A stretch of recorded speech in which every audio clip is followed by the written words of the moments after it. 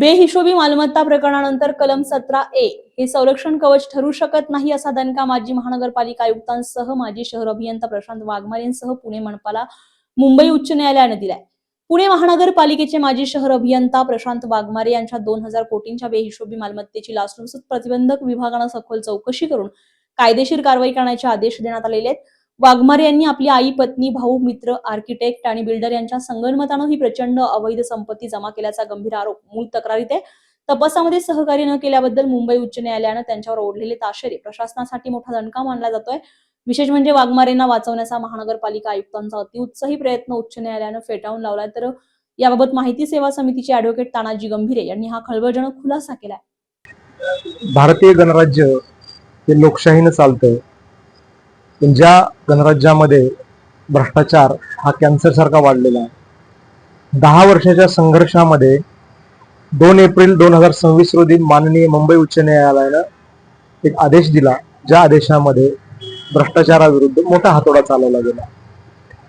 प्रकरण असं आहे की पुणे महानगरपालिकेचे तत्कालीन शहर अभियंता प्रशांत वाघमारे यांच्या अपसंपत्तीबाबत मी एसीबी पुणे यांच्याकडे 18 मे 2016 रोजी जी तक्रार केली होती, त्या तक्रारीच्या अनुषंगानं 18 पर्यंत माझे स्टेटमेंट झाले, थोडीफार चौकशी झाली आणि या चौकशीमधून एसीबीनं पुणे महानगरपालिकेला एक पत्र दिलं की आम्हाला खुली चौकशी करायची आहे आणि काही कागदपत्राची मागणी केली, परंतु पडद्यामागे काहीतरी घडलं असावं म्हणून त्यांनी पुणे महानगरपालिकेच्या आयुक्तांनी सदरची चौकशी ही नाकारली आणि त्या नाकारलेल्या चौकशीच्या विरुद्ध मी मुंबई उच्च न्यायालयात पिटिशन दाखल केली 2021 मध्ये।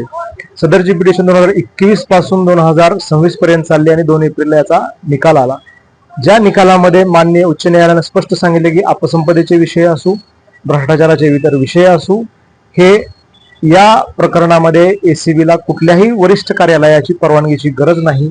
जर कार्यालयीन कामकाज करत असताना दिलेले आदेश किंवा काही रिकमेंडेशन्स असतील आणि तेच एसीबीकडे चॅलेंज केलं तर फक्त त्या मोजक्या प्रकरणामध्येच वरिष्ठ कार्यालयाची परवानगी लागते। परंतु हे सरळ प्रकरण हे अपसंपदेचं होतं, डिस्प्रोपोर्शनल असेट्सचं होतं आणि इतर भ्रष्टाचाराचं होतं, त्यामुळे या प्रकरणामध्ये कुठलीही परवानगी लागत नाही आणि कलम 17A चा परत उल्लेख करत प्रिव्हेन्शन ऑफ करप्शन ऍक्टचं सविस्तर विश्लेषण करत हा न्यायनिवाडा दिलेला आहे। त्याच्यामुळं आता भ्रष्टाचाराला काहीतरी प्रमाणात आळा घातला जाईल असं मला या निवाड्यातून दिसून येतं। त्याचं कारण असं आहे, आता किती हजार कोटी हे नक्कीच तपासांती सिद्ध होईल, ते या क्षणी आपण म्हणू शकत नाही। तक्रार 2016 ची आहे, त्याच्यात सविस्तर आणि खोलवर चौकशी होणं गरजेचं आहे। हीच एसीबीची मागणी होती की तपासाची व्याप्ती खूप मोठी आहे आणि शहर अभियंता प्रशांत वाघमारे या तपासामध्ये सहकार्य करत नाहीत, त्यामुळे त्यांनी खुली चौकशीची मागणी केली होती, पण जी दुर्दैवानं नाकारली गेली। आता जे आकडा येईल तो येईल, पण मुळात सांगायचं झालं तर अशा प्रकरणामध्ये अडथळा निर्माण करणं हेच मुळात बेकायदेशीर वर्तन आहे आणि बघूयात आता एसीबी योग्य तपास करते नाही करते, आता हे सगळं पुढचा भाग आहे आणि आणखी न्यायालयीन लढाई चालूच राहील याच्यामध्ये। नवनवीन घडामोडी पाहण्यासाठी स्टार महाराष्ट्र न्यूजला सबस्क्राईब करा आणि ताज्या बातम्यांचे अपडेट मिळवण्यासाठी बेल आयकॉनला प्रेस करा आणि परिपूर्ण बातमी बरोबर रहा, इतरांपेक्षा एक पाऊल पुढे।